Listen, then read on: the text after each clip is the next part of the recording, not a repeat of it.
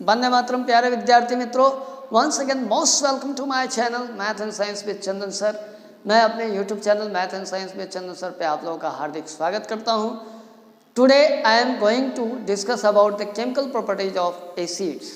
आज मैं आप लोगों को स्टैंडर्ड 10th साइंस सब्जेक्ट का chapter 2 acid base and salts का एक important topic chemical properties of acids के बारे में बताने जा रहा हूँ। इस टॉपिक को स्टार्ट करने से पहले प्रीवियस वीडियो में मैंने आप लोगों को इंडिकेटर्स के बारे में बताया था, जिसके जरिए आप ये पहचान सकते हो कि ये दिया गया जो सॉल्यूशन है, गिवन सॉल्यूशन है, वो एसिडिक है या बेसिक है। इसके बारे में हम लोग पता कर सकते हैं। तो सबसे पहले लेबोरेटरी में अगर कोई सॉल्यूशन आपको दिया हुआ है तो आप उसका कैसे पता लगाएंगे कि वो एसिड या बेस है। तो एक रिकैप ले लेते हैं कि हम लोग को क्या करना है, लिटमस पेपर का इस्तेमाल करना है। लिटमस पेपर, तो एसिड के लिए आप कौन से लिटमस पेपर का इस्तेमाल करेंगे? ब्लू लिटमस पेपर का इस्तेमाल करेंगे। ब्लू लिटमस पेपर को जैसे ही आप एसिडिक सॉल्यूशन में डुबाएंगे वैसे ही उसका कलर चेंज हो जाएगा और वो ब्लू से रेड में हो जाएगा, तो हमें ये पता चल जाएगा कि वो एसिडिक सॉल्यूशन है। For basic solution we have to use red litmus paper. When it sink into the basic solution it turns into blue. अगर आपका एसिडिक है तो वो ब्लू से रेड हो जाएगा, और अगर बेसिक है तो उस कंडीशन में रेड से ब्लू हो जाएगा। अगर आप बेसिक वाले में ब्लू लिटमस पेपर यूज़ करेंगे तो उससे कोई फ़र्क उस पर नहीं पड़ेगा।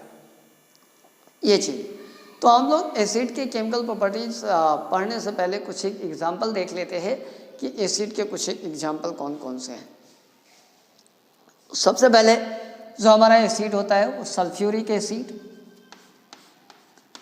Sulphuric acid,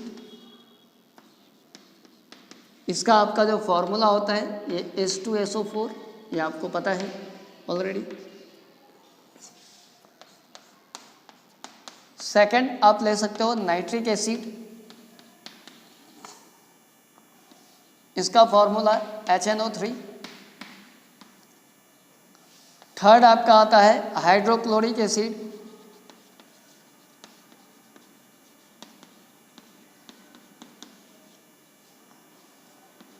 formula HCl।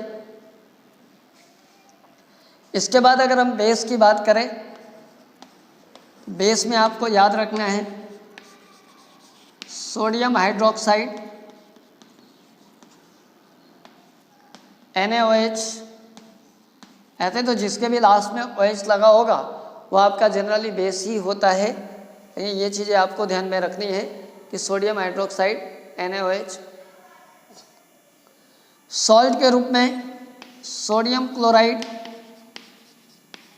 इसका फॉर्मूला आपको याद रखना है NaCl।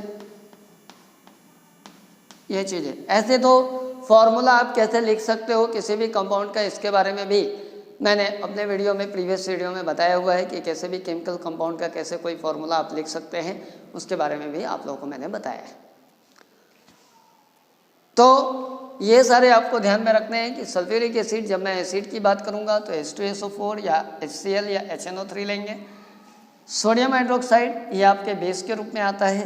सोडियम क्लोराइड ये आपके सॉल्ट के रूप में आता है। ये सारे के सारे आपको ध्यान में रखने हैं। अब जो कॉमन प्रोडक्ट है, यानी एसिड का किसी के भी साथ अगर रिएक्शन होगा तो उसमें कॉमन प्रोडक्ट के रूप में आपका सॉल्ट मिलेगा। तो अब सेकेंड इम्पॉर्टेंट चीज़ ये है, जब एसिड के नाम के बारे में आप जान गए हैं कि ये किसके किसके साथ रिएक्शन करता है, इसके बारे में आपको जानकारी होनी चाहिए। उसके बाद हम लोग आगे बढ़ेंगे। तो सबसे पहला एसिड का जो रिएक्शन होता है वो मेटल के साथ। सेकेंड रिएक्शन जो आप हम देखेंगे वो होगा मेटेलिक ऑक्साइड के साथ। थर्ड रिएक्शन जो हम लोगों को देखना है वो है एसिड का बेस के साथ। और फोर्थ रिएक्शन जो हम लोगों को देखना है वो मेटेलिक कार्बोनेट के साथ, कि इसका रिएक्शन कैसा होता है, मेटेलिक कार्बोनेट या फिर मेटेलिक हाइड्रोजन कार्बोनेट। इसके साथ ये रिएक्शन के बारे में हम लोगों को जानकारी लेनी है। तो लेट अस स्टार्ट। सबसे पहले वाले से करते हैं कि when acid reacts with metal. ये एसिड अगर मेटल के साथ रिएक्ट करेगा तो क्या बनेगा? तो when acid react with metal it forms metallic salt, corresponding metallic salt has been produced and hydrogen gas has been evolved। कि अगर कोई भी एसिड किसी भी मेटल के साथ अगर रिएक्ट करता है तो इस कंडीशन में आपको ध्यान रखना है कि उस कंडीशन में क्या होगा कि आपका करस्पॉन्डिंग मेटेलिक सॉल्ट बनेगा और हाइड्रोजन गैस रिलीज होगा, हाइड्रोजन गैस आपका इवॉल्व होगा। लेकिन यहाँ पे एक चीज़ और भी याद रखना है कि वही मेटल आपके एसिड के साथ रिएक्ट कर सकता है जिसकी रिएक्टिविटी जो है वो आपकी हाइड्रोजन से ज़्यादा होती है। रिएक्टिविटी सीरीज़ के बारे में भी पिछले वीडियो में मैंने आप लोग को बताया है। अगर अभी तक भी आप लोगों ने मेरा चैनल सब्सक्राइब नहीं किया है तो चैनल सब्सक्राइब करें और बेल आइकन दबाएं ताकि आपको जितनी भी माहिती है, जितने भी जानकारी है वो आपको मिल सके। तो एसिड, जैसा कि मैंने आपको एग्जाम्पल के लिए कहा था कि एसिड के रूप में आप HCl या फिर H2SO4 का इस्तेमाल कर सकते हो। तो मान लो कि हमने HCl लिया, मेटल के रूप में हम लोग सोडियम, जिंक, चूँकि सोडियम आपका हाईली रिएक्टिव है तो चलिए सोडियम ले लेते हैं। यहाँ से मैंने आपको क्लियर बताया है कि हाइड्रोजन को क्या करना है, रिलीज कर लेना है। हाइड्रोजन आपका गैस के फॉर्म में रिलीज हो जाता है। अब यहाँ से हाइड्रोजन आप हटा देते हो तो क्या बचता है, मेटेलिक सॉल्ट। मेटल कौन है, Na। फिर बच कौन जाता है, Cl, तो NaCl। क्या ये बैलेंस है, तो नहीं है। तो बैलेंस करने के लिए यहाँ पे 2 से मल्टीप्लाई करोगे तो ये भी आपका 2 हो जाएगा, ये भी आपका 2 हो जाएगा। इस तरह से पहला आपका कंप्लीट हो जाता है फर्स्ट प्रॉपर्टी कि when acid reacts with metal it produce metallic salt as well as hydrogen gas has been removed. यहाँ पे याद रखिएगा कि ये जो मेटेलिक सॉल्ट है ये कॉमन है कि एसिड किसी के भी साथ रिएक्शन करता है तो मेटेलिक सॉल्ट तो प्रोड्यूस होता ही होता है। ठीक है, अब यहाँ से जितने भी आपके हैं, चाहे वो मेटेलिक ऑक्साइड के साथ रिएक्शन हो या बेस के साथ रिएक्शन हो या मेटेलिक कार्बोनेट के साथ रिएक्शन हो, आपका प्रोडक्ट सेम मिलता है, water and metallic salt. Metallic salt तो कॉमन था ही, साथ साथ आपका वाटर भी कॉमन हो जाता है। कहने का मतलब ये है कि अगर आप सेकंड एग्जांपल लेते हो कि when acid reacts with metallic oxide, acid plus metal oxide अगर रिएक्ट करेगा तो इस कंडीशन में सॉल्ट प्रोड्यूस होगा और वाटर प्रोड्यूस होगा। ठीक है, एग्जांपल आप ले सकते हो, जैसे एसिड के रूप में H2SO4 हमने ले लिया, मेटल के रूप में आप जिंक ले लो या फिर कुछ भी अदरवाइज कोई भी मेटल आप ले लीजिए। जिंक ऑक्साइड ले लेते हैं, मेटेलिक ऑक्साइड हो गया।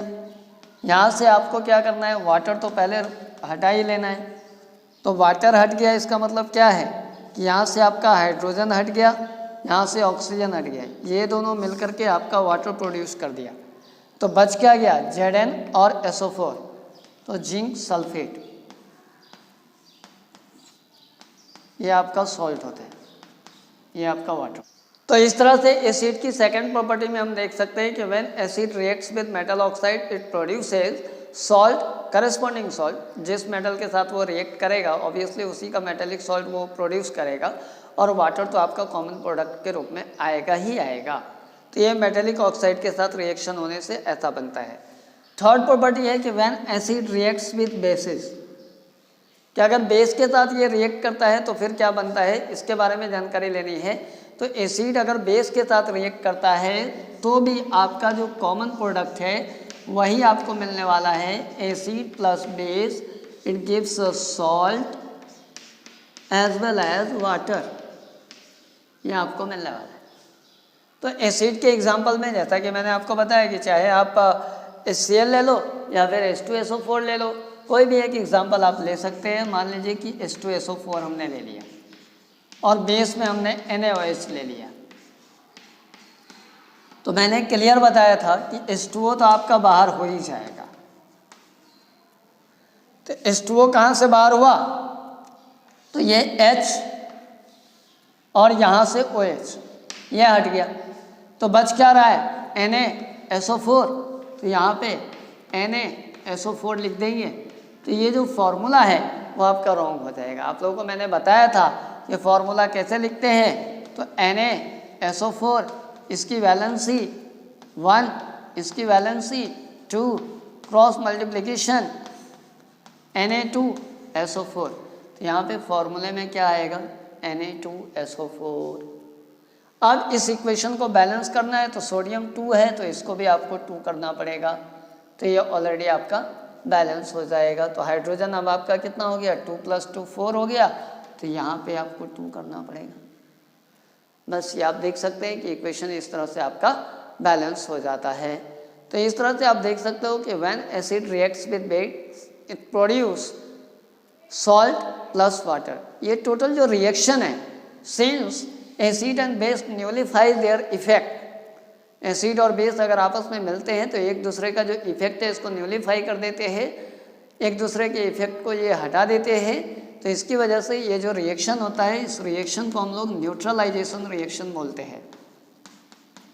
इस चीज़ को याद रखिएगा कि ये इक्वेशन जो है आपका, इसको हम लोग न्यूट्रलाइजेशन रिएक्शन के रूप में भी जानते हैं। कि अगर आपसे पूछे कि डिफाइन न्यूट्रलाइजेशन रिएक्शन, तो आप कह सकते हो कि when acid reacts with base it produce salt and water, this reaction is known as neutralization reaction. अब एसिड की जो लास्ट केमिकल प्रॉपर्टीज है उसके बारे में हम लोग जानकारी लेते हैं कि एसिड अगर आपके मेटेलिक कार्बोनेट के साथ रिएक्ट करेगा तो क्या होगा। तो इसमें भी आपका कॉमन प्रोडक्ट ही मिलता है कि when acid reacts with metallic carbonate, तो इस कंडीशन में भी आपका सॉल्ट तो मिलेगा ही मिलेगा, वाटर भी आपको मिलेगा ही मिलेगा, और कार्बोनेट के होने की वजह से कार्बन डाइऑक्साइड भी आपका प्रोड्यूस होता है। एग्जाम्पल देख लेते हैं। तो एसिड के रूप में आप HCl या फिर H2SO4 कोई भी एक एग्जाम्पल ले लीजिए। कार्बोनेट के रूप में जो है Na2CO3 ले लेते हैं, ये मेटेलिक कार्बोनेट हो गया, सोडियम आपका मेटल हो गया, कार्बोनेट तो है ही। आपको मैंने क्लियर बताया था कि H2O तो आएगा ही और कार्बन डाइऑक्साइड भी आएगा। अब यहाँ से रिएक्टेंट साइड से आप कार्बोनेट वाला यानी कार्बन डाइऑक्साइड CO2 हटा दीजिए, आप हाइड्रोजन और ऑक्सीजन हटा दीजिए, फिर जो बचता है उसको लिखिए। तो देखिए हाइड्रोजन आपका रिमूव, कार्बोनेट आपका रिमूव, तो बचता क्या है Na और सल्फेट। तो Na सल्फेट का जो फॉर्मूला होता है वो आपको पता ही है, Na2SO4 होता है। इस तरह से ऑलरेडी आप देख सकते हो कि इक्वेशन में आपका कंप्लीटली बैलेंस है, तो आपको बैलेंस करने की ज़रूरत नहीं है। फिर से मैं यहाँ पे रिपीट कर देता हूँ जितनी भी प्रॉपर्टीज़ है कि एसिड, तो सबसे पहले एसिड बेस की अगर हम लोग प्रॉपर्टीज़ की बात करें तो हमेशा याद रखिए कि एसिड के एग्जांपल्स आप याद रखिए। जैसे एसिड के एग्जांपल सल्फ्यूरिक एसिड हो गए, नाइट्रिक एसिड हो गए, आपका HCl हो गया यानी हाइड्रोक्लोरिक एसिड हो गया। बेस की बात करें तो सोडियम हाइड्रोक्साइड के रूप में आप ले सकते हो। सॉल्ट की बात करें तो NaCl ले सकते हैं, Na2SO4 ले सकते हैं। तो ये सब चीज़ें फॉर्मूला किस तरह से लर्न करना है ये आपको प्रीवियस वीडियो में मैंने बताया है। अब यहाँ पे एसिड के केमिकल प्रॉपर्टीज़ की बात करें तो यहाँ पे हमें यही ध्यान रखना चाहिए कि firstly when acid reacts with metal it produces metallic salt and hydrogen gas has been removed.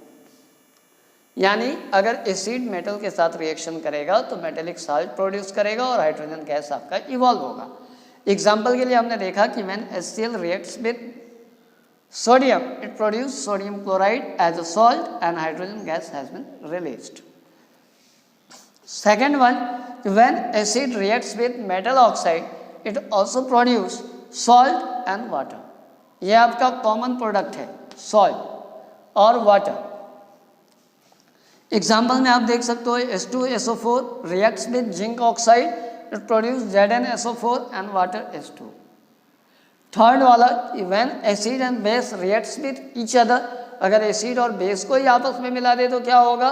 तो इस कंडीशन में भी आपका सॉल्ट एंड वाटर प्रोड्यूस होता है। यहाँ पे देख सकते हैं कि when H2SO4 reacts with sodium hydroxide it produce sodium sulphate as well as water. चूँकि यहाँ पे एसिड और बेस एक दूसरे के इफेक्ट को न्यूलिफाई कर देता है, they nullify the effect of each other, that's why this reaction is known as neutralization reaction.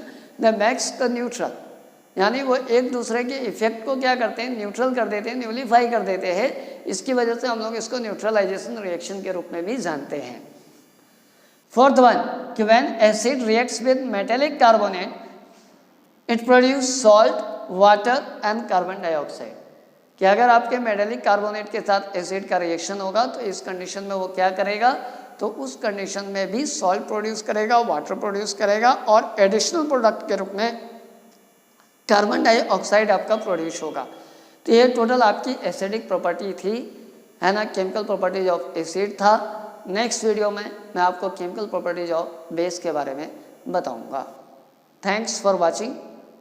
आप लोगों को अगर वीडियो पसंद आया हो तो मेरा चैनल सब्सक्राइब करना ना भूलें। अगर आपने सब्सक्राइब कर लिया है तो धन्यवाद। अगर अभी तक सब्सक्राइब नहीं किया है तो निश्चित रूप से सब्सक्राइब कर लें, बेल आइकन दबाएं ताकि जो भी आपके नए वीडियोज आएँ उसके नोटिफिकेशंस आपको मिलते रहे।